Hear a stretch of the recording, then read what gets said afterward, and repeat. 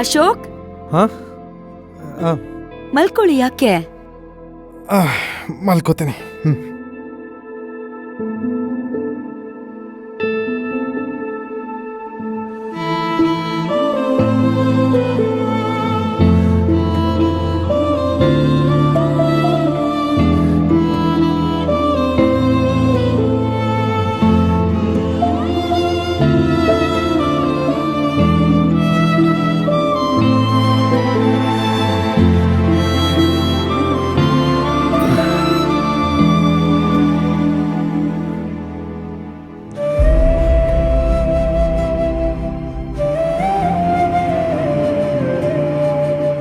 ಹೇಗೆ patient doctor ಹತ್ರ ಸುಳ್ಳು ಹೇಳಬಾರ್ದು, ಹಾಗೆ ಡಾಕ್ಟ್ರು ಕೂಡ ಪೇಷಂಟ್ ಹತ್ರ ಸುಳ್ಳು ಹೇಳಬಾರ್ದು.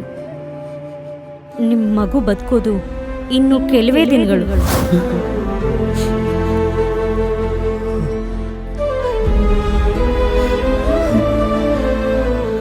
ಸಾಧ್ಯ ಆದಷ್ಟು ಮಗುನ ಖುಷಿಯಾಗಿರೋ ಥರ ನೋಡ್ಕೊಳ್ಳಿ.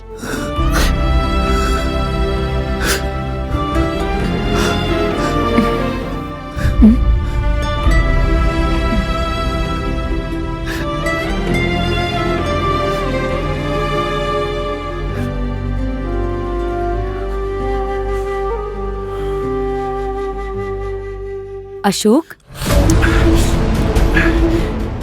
ನೀ ಯಾಕೆದ್ದೆ? ಏನಾಯ್ತು? ನಿಮ್ಗೇನಾಯ್ತು ಅಶೋಕ್? ಯಾಕೆ ಅಳ್ತಿದ್ದೀರಾ? ನಾನೆಲ್ಲ ಹೇಳ್ತಾ ಇದ್ದೀನಿ. ಕಣ್ಣಲ್ಲಿ ಏನೋ ಧೂಳು ಬಿದ್ದಂಗಾಯ್ತು.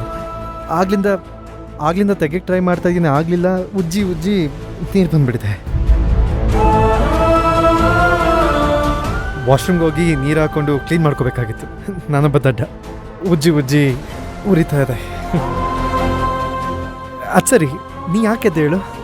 ಅದೇ ನೀವು ಅತ್ತಂಗಾಯ್ತು, ಅದಕ್ಕೆ ಎಚ್ಚರ ಆಯ್ತು. ಏನಿಲ್ಲ, ಅದು ಕಣ್ಣಿಗೆ ಧೂಳು ಬಿದ್ದಿತ್ತಲ್ಲ, ಅದು ಅಷ್ಟೇ.